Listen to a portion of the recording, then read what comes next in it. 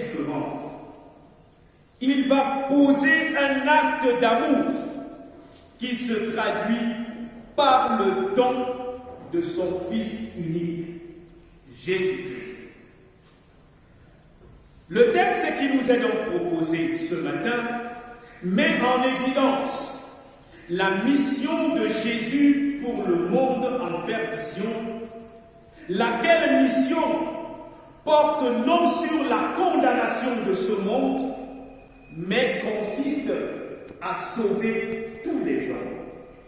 C'est fort de cela que nous retenons comme thème de la prédication ce matin l'amour de Dieu et la réponse des hommes à cet amour. L'amour de Dieu est la réponse des hommes à cet amour. Après son entretien avec Nicodème, docteur de la loi, où Jésus a enseigné sur la nouvelle naissance, préalable pour expérimenter une vie nouvelle avec Dieu, et gage du salut qu'il offre à tout homme. Ce salut qu'il offre s'obtient par la foi. Et la condition en est la nouvelle naissance. L'amour de Dieu pour les hommes. Lorsqu'on parle de l'amour de Dieu, on peut penser qu'il y a eu un temps où Dieu aurait commencé à nous aimer. Que non. Aimer fait partie de la nature de Dieu. S'il y a une seule chose que Dieu sait faire, c'est d'aimer. C'est dans sa nature, c'est son caractère. Cependant, notre texte nous présente le sacrifice de Dieu, expression de son amour pour l'humanité perdue. En effet, tous ont péché et sont privés de la gloire de Dieu. Cette situation de péché serait donc la condamnation de tout homme. C'est dire que le monde était donc vendu au péché. C'est alors que Dieu prouve son amour. Il n'a pas donné un animal pour prouver son amour. Il n'a pas donné le sang d'un animal pour sauver les hommes. Il a utilisé ce qu'il avait de plus précieux. Souvenez-vous que Dieu, par amour pour les hommes, dans le plan du salut, a envoyé les prophètes, les juges, les patriarches. Et les prophètes ont été tués. Les prophètes ont été méconnus et pas écoutés. Dieu prouve donc son amour en envoyant ce qu'on appelle dans le jeu de cartes le joker. Dieu a sorti donc sa dernière carte. Et cette dernière carte, c'est son Fils unique, Jésus-Christ. Pourquoi vient-il là? En effet, Dieu ne l'a pas envoyé pour juger le monde, mais pour que le monde soit sauvé par lui. Le bonheur donc de tous les hommes dépend donc dès cet instant de la personne et de l'œuvre de Jésus. Dieu n'aime ni les péchés de l'homme, ni le système mondial impie qui aveugle celui-ci, mais il aime tous les hommes et désire qu'aucun d'eux ne périsse. Dieu a tant aimé le monde qu'il a envoyé son Fils unique, afin que quiconque croit en lui ne périsse point, mais qu'il ait la vie éternelle. Son amour est manifesté par le don de son Fils unique Jésus-Christ pour tous les pécheurs rebelles et corrompus. C'est ici l'expression de l'amour infini de Dieu. Il faut dire que notre condition avant que Christ ne vienne était une condition de mort. Nous étions morts par nos offenses et nos péchés. Autrement dit, nous étions sans vie devant Dieu et n'étions pas en contact avec lui. Nous étions des morts spirituels. Nous étions séparés de Dieu. Ainsi, on comprend que Dieu donne son Fils unique par amour pour chacun. Mais cela ne signifie pas ne veut pas dire que tout le monde est sauvé. Dieu a envoyé son Fils nous sauver. Mais cela ne veut pas dire que tout le monde est sauvé. La suite de notre texte nous montre que la condition pour être sauvé, c'est de croire en lui. C'est de répondre à l'amour de Dieu. Comment réponds-tu à l'amour de Dieu dans ce monde? Si tant est vrai que Jésus a été donné pour nous tous afin que nous soyons sauvés. Une vérité se dégage de ce texte, c'est qu'il y a une seule manière favorable de répondre à l'amour de Dieu. Elle consiste à recevoir ce que Christ a fait pour nous afin que Dieu nous accorde la vie éternelle. Dieu a tant aimé le monde. Lorsque la Bible parle de Dieu a tant aimé le monde, en effet, le texte peut être traduit Dieu a tant aimé Édouard, Dieu a tant aimé Émilie, Dieu a tant aimé Esther, Rachel, Esaïe, voilà. Dieu a vu la condition de chaque être humain et l'a aimé. C'est vrai, mais cet amour avait une finalité. Et celle-ci est ta réponse à l'amour infini de Dieu pour toi. Quelle était donc la finalité? Afin que quiconque croit en lui ne périsse point. Ce qui est formidable avec ce texte, c'est que Dieu n'a exclu personne. Dieu n'a exclu personne. Le salut de Dieu est inclusif. Donc, le salut de Dieu prend en compte ta personne. Il offre donc à chacun de nous la possibilité d'être sauvé. Un moyen a été donné par Dieu par lequel tous peuvent être sauvés, mais il nous faut reconnaître Jésus-Christ comme notre sauveur personnel. Dès lors que tu l'as fait, aussitôt tu reçois la vie éternelle. Dieu n'a pas envoyé Jésus-Christ dans ce monde pour qu'il le juge, pour qu'il juge le monde, mais pour qu'il le sauve. Néanmoins, la décision d'être sauvé ne dépend donc plus de Dieu, mais de celui qui reçoit le salut, ou qui écoute Jésus et accepte son œuvre.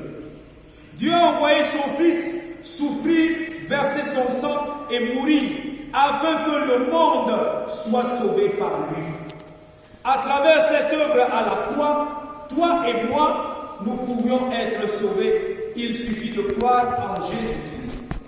Il s'agit de l'accepter comme celui par qui Dieu nous réconcilie avec lui, est le seul capable d'annuler tout acte de condamnation sur notre vie. Il faut le dire, le salut de Christ n'est pas méritoire.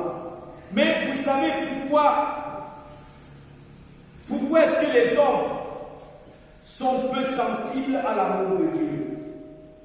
C'est tout simplement parce que nous sommes sauvés par la grâce au moyen de la foi.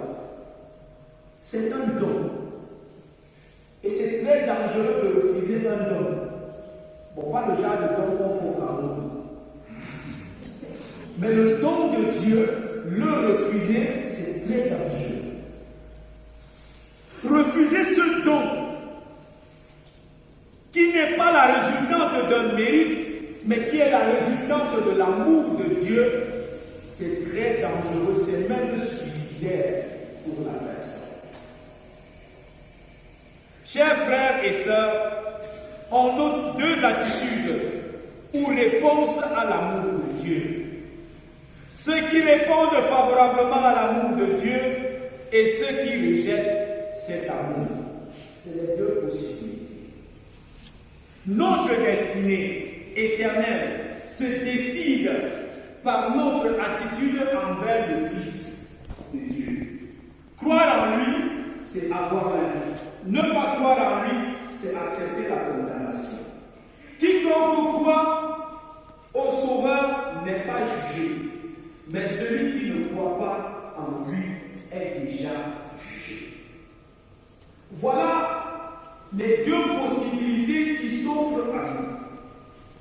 Mon cher ami, Dieu a refusé d'être indifférent à ta situation de pécheur perdu. Il a envoyé son Fils, pas pour te juger, mais comme ton sauveur. Si tu refuses de croire en lui, c'est que tu as fait de ta vie une tragédie. Faire de sa vie une tragédie, c'est un suicide volontaire. Il est terrible de rejeter un don d'amour aussi grand. Si tu refuses de croire en Jésus-Christ, c'est que tu as préféré la vie de péché qui conduit à la perdition et à la condamnation. Ce matin, la bonne nouvelle pour toi et moi, c'est que nous devions cesser de regarder à nous-mêmes, de cesser de penser que c'est par nos efforts que nous sommes sauvés. Nous sommes sauvés par la grâce au moyen de la foi. La seule chose que nous devons faire, c'est de croire à l'œuvre accomplie par Jésus-Christ et à vivre sous la direction de Jésus. Oui, certains peuvent estimer que leur vie est désastreuse et qu'ils mériteraient la condamnation. Ce n'est pas faux. Nous tous, nous méritions la condamnation. Mais Jésus est venu pour annuler l'acte de notre condamnation et nous offrir donc la possibilité d'être sauvés. Croire en Jésus-Christ signifie que tu lui donnes la pleine direction de ta vie, renonçant ainsi au péché sur toutes ses formes. Ne pense pas qu'il y a un péché qui peut te disqualifier de son salut. C'est lui qui a dit, venez à moi, vous tous qui êtes fatigués et chargés, et je vous donnerai du repos. L'amour de Dieu donc consiste en ce que Dieu est venu vers nous. Il est venu vers nous pas pour nous juger, pas pour nous condamner, mais pour nous sauver. Veux-tu accepter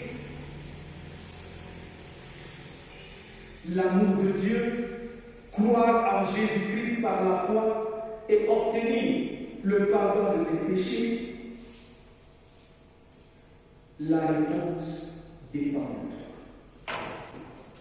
Mais il faut arrêter de se tromper, de penser que parce qu'on parle de temps en temps de Jésus, ou bien parce que de temps en temps on vient à l'église, qu'on est sauvé, qu'on a cru en Jésus. Plusieurs personnes peuvent connaître des histoires au sujet de Jésus, sans croire en lui. Croire en Jésus, c'est l'expression de la foi et de l'abandon total et d'une vie qui honore. Frères et sœurs, reçois l'amour de Dieu et réponds favorablement en acceptant l'amour de Dieu de temps ce matin. Si c'est le désir de ton cœur, tu peux tout simplement dire à Jésus, je suis fatigué de cette vie morose, je t'accepte comme mon Seigneur et mon Sauveur personnel. Que le Seigneur bénisse en nous l'écoute de sa parole.